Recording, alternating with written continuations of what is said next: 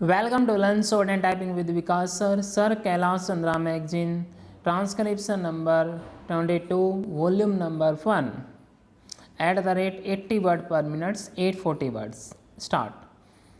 Coming to the internal affairs of the country, Madam Deputy Chairman, the policies of the Government of India for the last 15 years have been so manipulated that the rich people are becoming richer and the poorer sections of the people are becoming still poorer. The committee that has been appointed to investigate into the question of the distribution of income has not yet given its verdict, but it is common knowledge that the people who are in the higher ups have become more rich and the people in the lower rung have become poorer.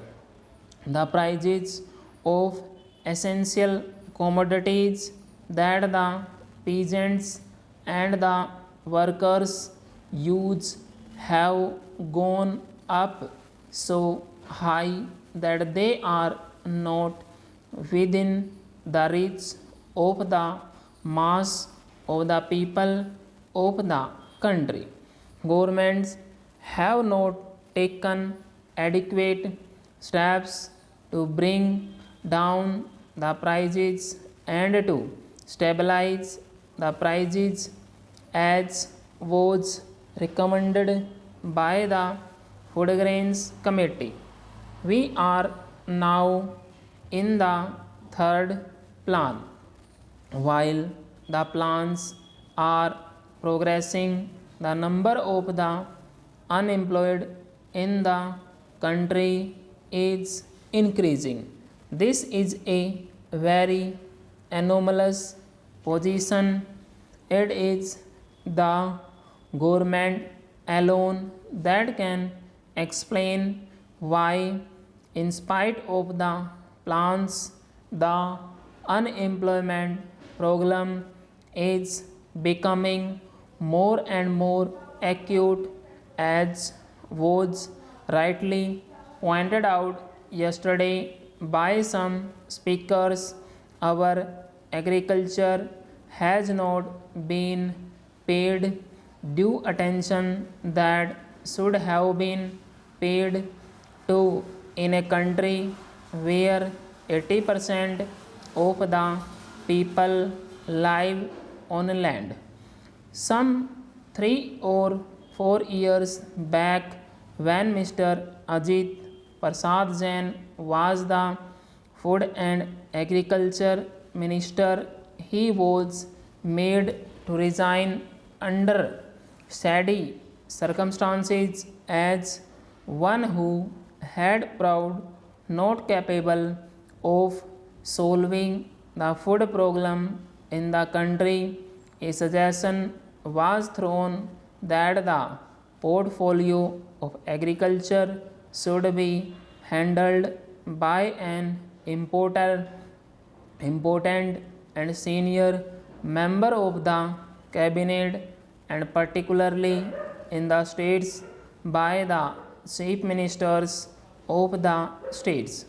But nothing of the sort has happened.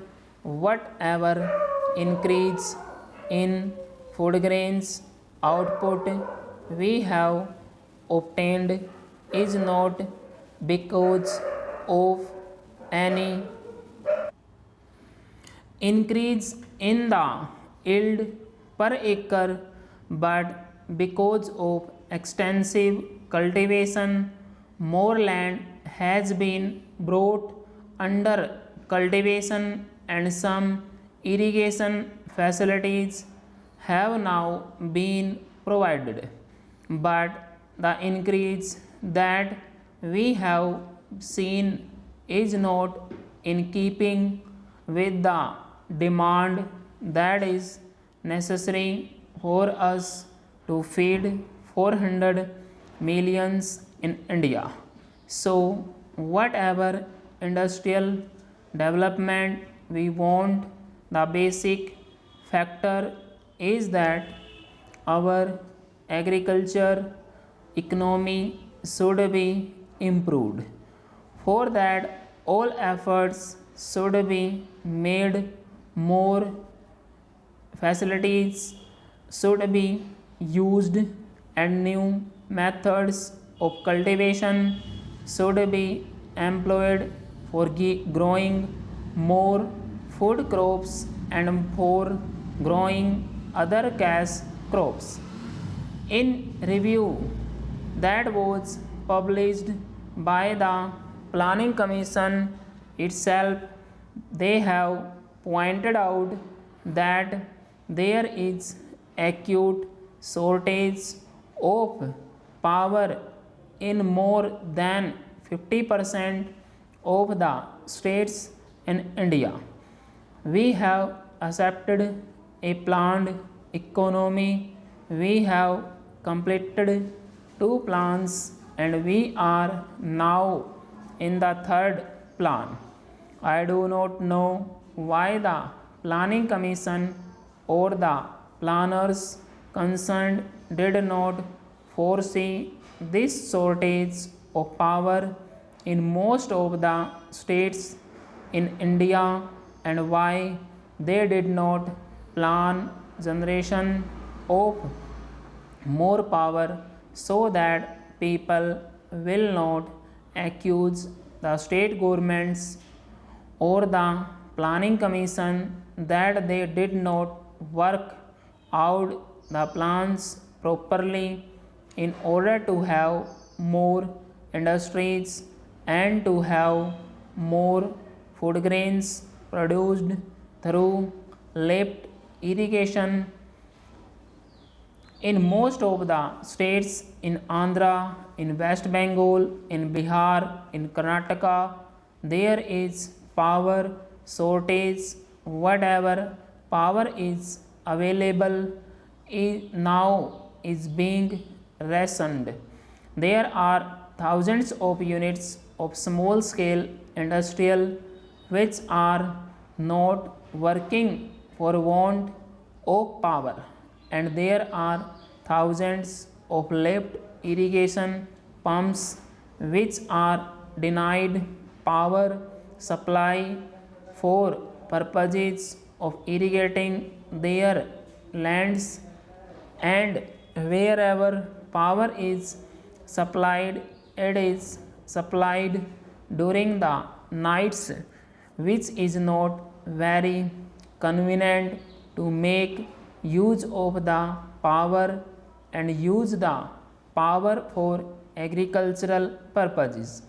The finance minister, in the statement that he made in the Lok Sabha and which was placed before us, has stated that it was assessed that for the successful implementation of the plan, even after taking every possible measure for the development of our exports, which clearly must be given the highest priority, we would need external assistance of the order of rupees 2600 crores, and we have however been less successful in obtaining and utilizing the external assistance required for financing the imports